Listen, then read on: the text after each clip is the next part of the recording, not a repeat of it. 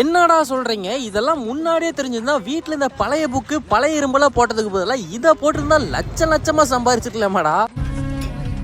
என்னாச்சுன்னா இப்ப ரீசெண்டா வீடியோஸ்ல பழைய பட்டு புடவைக்கு அதிகமா அமௌண்ட் கொடுக்குறாங்கன்னு கேள்விப்பட்டு நம்மளும் பாட்டியோட பழைய பட்டு புடவைய பாட்டிக்கே தெரியாம எடுத்துட்டு வந்து இது எவ்வளவுக்குன்னா போகும்னு கேட்டதுக்கு அவர் வச்சிருந்த கருப்பான ஒரு எக்யூப்மெண்ட்ல நம்ம கொண்டு வந்த சேலையை தேய்ச்சி பார்த்துட்டு அதுல வெள்ளையா வந்தா நல்ல ஜருகணும், அதே சிவப்பு கலர்ல வந்தா அந்த ஜருக போவாதுன்னு அந்த சேலை ஆவாதுன்னு சொல்லியிருந்தாரு. நான் கொண்டு வந்த 5 புடவையில ஒரு புடவை மட்டும் போகல, மீதி 4 புடவை எவ்வளவுக்கு போச்சுன்னா ஒரு 7,500 போகும், ஒரு 24,500 போகும், 25 ரூபாய் போகும்.